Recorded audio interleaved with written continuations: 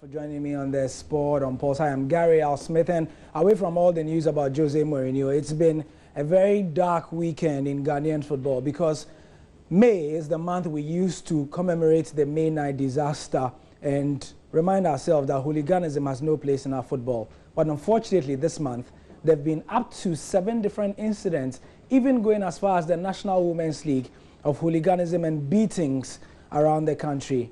This weekend, actually it was on Sunday, King Solomon FC's fans at Kwewu Praso beat the ref, Samson Azuma. They beat him. He had cut on his head. His whole jersey was soaked, and he had to be taken to the Nkoko Catholic Hospital. Baba Tano has been speaking in reaction to this with the chairman of the National Division 1 League Board, Owahini Achampo, on the violence in the lower tier leagues. First, he answered if this practice is acceptable in the 21st century. We are in the 21st century, and I don't think what is happening in our league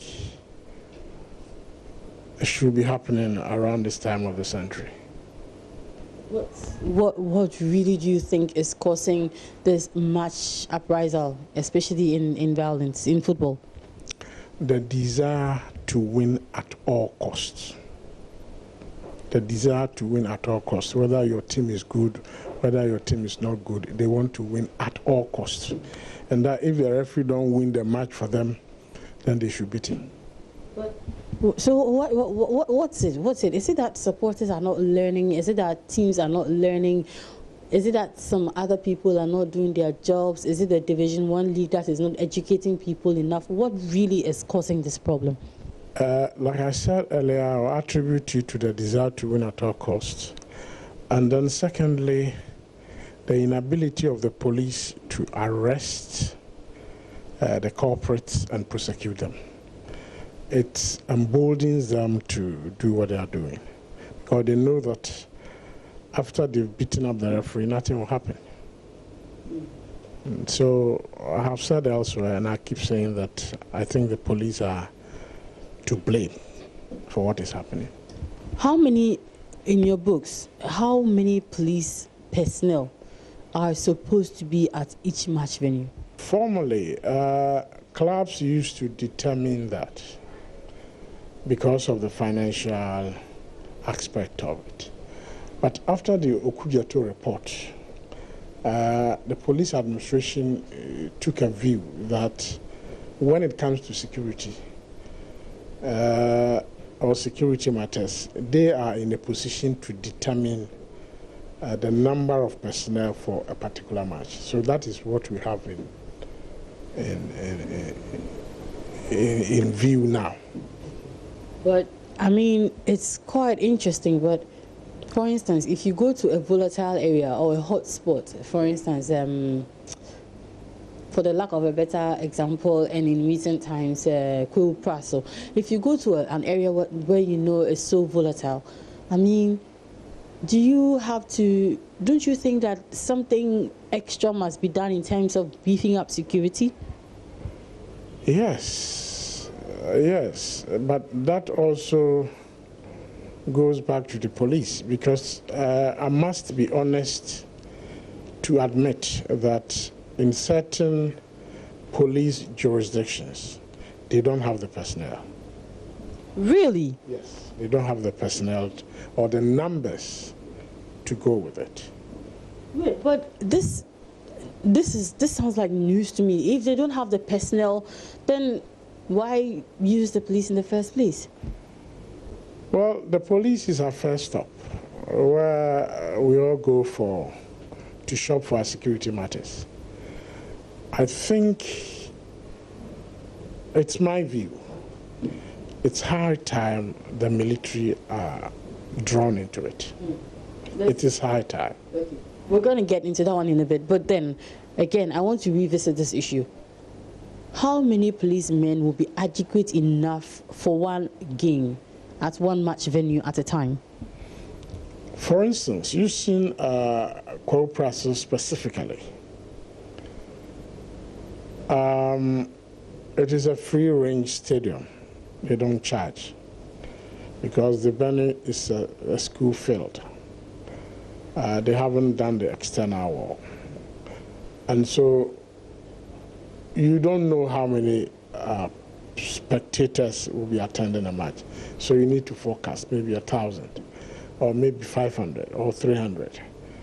In that vein, you may have to have, if it's about 300, if you have about, say, 10, 12, 15 police people, it's okay. But if it's 500, you need a lot more number. And then Kwewu Praso hasn't been, is not a new venue. It's a venue that has been there for a very long time. Yeah. Teams have been playing there. So, I mean, if we're talking about forecasting, we should be a bit specific, because we've seen in time past how many people come to the stadium when especially Kwewu United is playing. So this thing about forecasting and, you know, trying to assume really doesn't add up for me. Why not? Because, like I said, we leave the security aspect of the matches in the hands of the police. And so a club may write to the police administration to provide personnel. For instance, King Solomon Okwewu or King Solomon Olympics match. And the police would determine how many. Right, so in reaction to all this, we have the acting chairman of the Referees Association of Ghana, Ref Joe Deborah, on the line to speak to us. Many thanks for your time. Mr. Deborah, thank you very much for joining us. Can you hear me? Oh, yeah, I can hear you. I can hear you. Okay. First of all, what's the official position of the Referees Association of Ghana, and what are you going to do about this that has been perpetrated against your member in Kwewu Praso? Well, there is a saying that hasty decisions are always bad. So the executives will meet, analyze situation, and then will take the necessary action. At the moment, if I should say anything, then I'm trying to preempt, which will not be in the best interest of our association. So the whole executive will meet, and then when we meet, then we'll take a collective decision. When is this meeting? The public. When is this meeting happening? All things being equal, we'll have the meeting on Wednesday. All things being equal. But between Sunday and Wednesday, that's a long time. In that time, what is being done for the ref, Samson Azuma and J.K. Abora, and the other match official who were assaulted? What's being done for them?